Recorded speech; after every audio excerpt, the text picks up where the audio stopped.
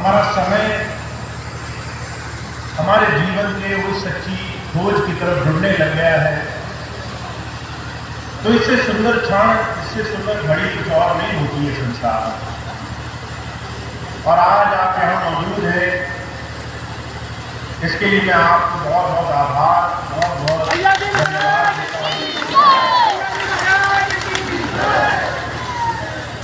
हमारे जीवन में अगर हम तुलना करें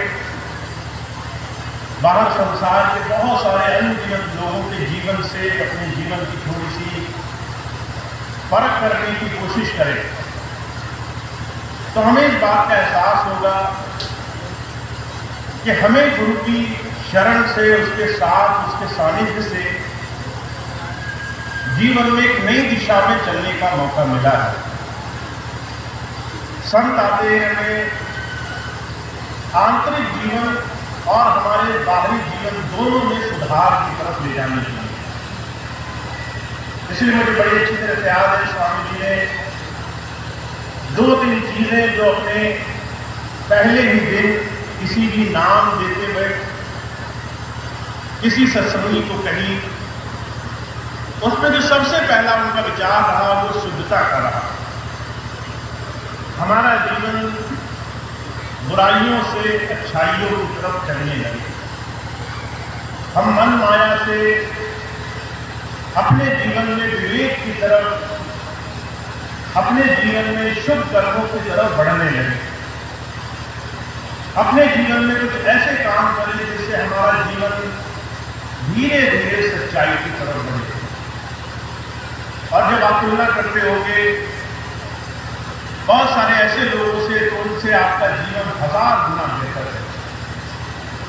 कोई है जो आज संसार में भौतिक नशों में लगा है, जिसकी संगत अच्छी नहीं है, जिसके दिमाग में लूटपाट मची है, जो अपने ही लोगों को कष्ट दे करके, उन्हें दुख दे करके सुखी हो जाना चाहता है।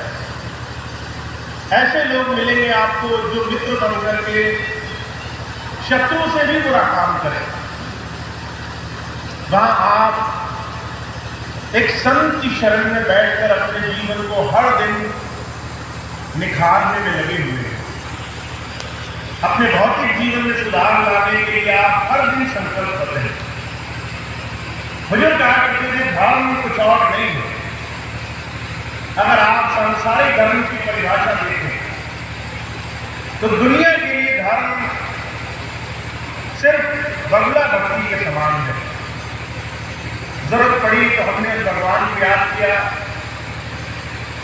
महाराज जी बड़े सुंदर हास्य के रूप में कहा करते थे, फर्ज करो एक दिन तुम भगवान के घर पहुंचे, तुम उसके सामने खड़े हुए और एक दिन तुमने सिर्फ सच्चे दिल से उसके पास जाकर के देखने की कोशिश करी कि मैं सारा जीवन क्यों गया उसके पास।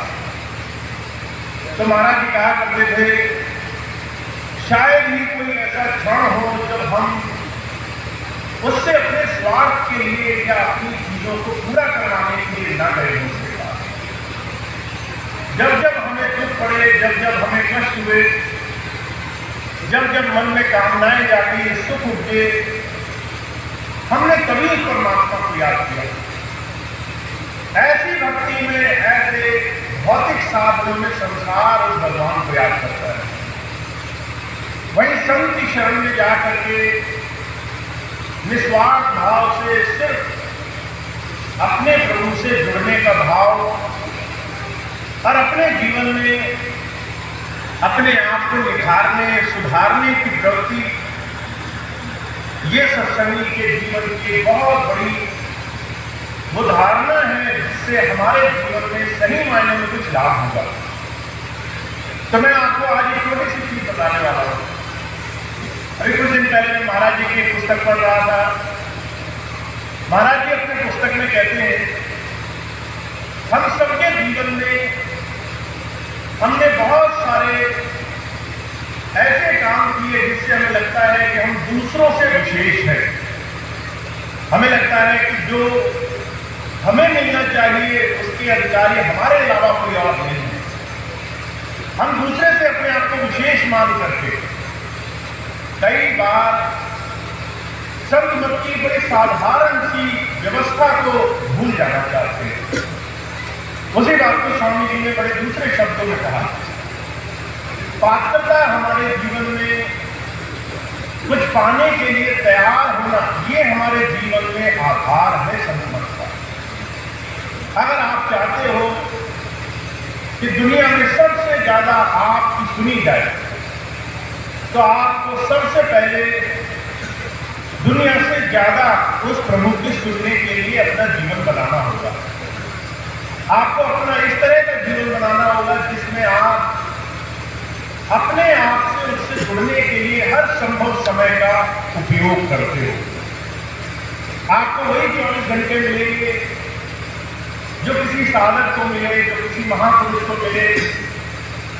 आपको वही नाम मिला है जो किसी संत को कभी मिला, स्वामी जी को मिला, हुजूर महाराज जी को मिला, बाबा सावन सिंह जी महाराज को मिला।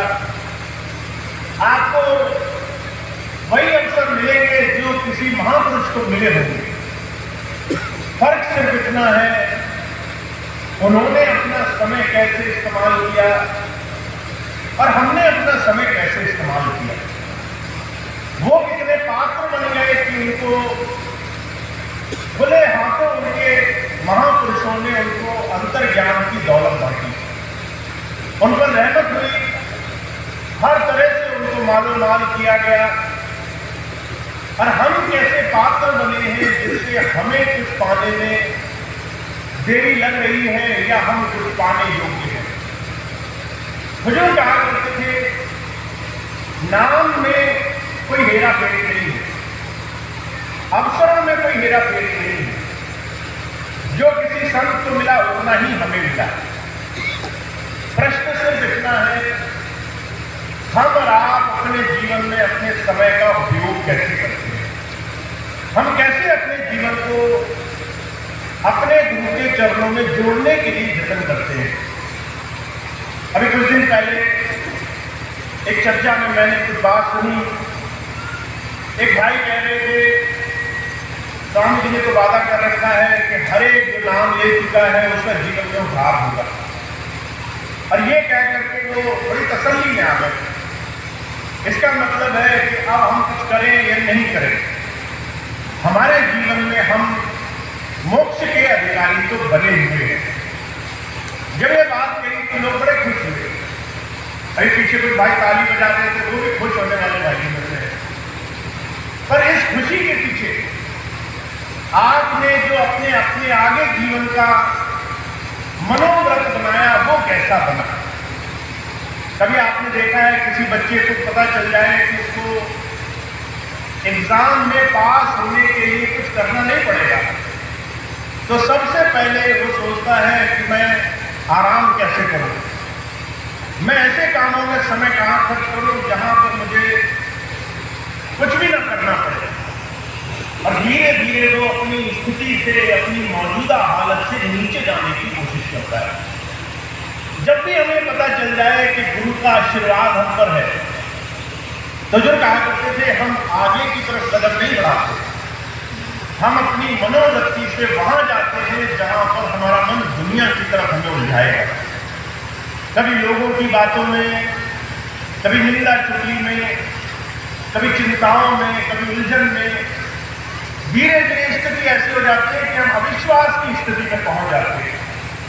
अगर हमारे दो काम न बने तो हमारे मन में अभाव आने लगता है कि कहीं ऐसा तो नहीं कि हमने अपना सारा प्रयास तो कर लिया पर जो है हमारे जीवन में गुरु जी ने हमारा साथ छोड़ दिया। हुजूर कहा करते थे, संत चाहता है कि आप अपने जीवन में पात्रता पर ध्यान रखो। पात्रता कहते हैं इस योग्य बने रहना कि आपको देख करके आपका गुरु सर्वस्व आप पर निछावर करने के लिए तुरंत तैयार है। अगर 100 बच्चे खड़े हों, उनमें से आप ऐसे हो जिसको देख करके वो सब कुछ दे देना चाहे, जिसको सब कुछ लुटाने के लिए उसको एक क्षण सोचना ना पड़े। ऐसी पात्रता महाराज जी कहा करते चाहते थे अपने जीवन में, अपनी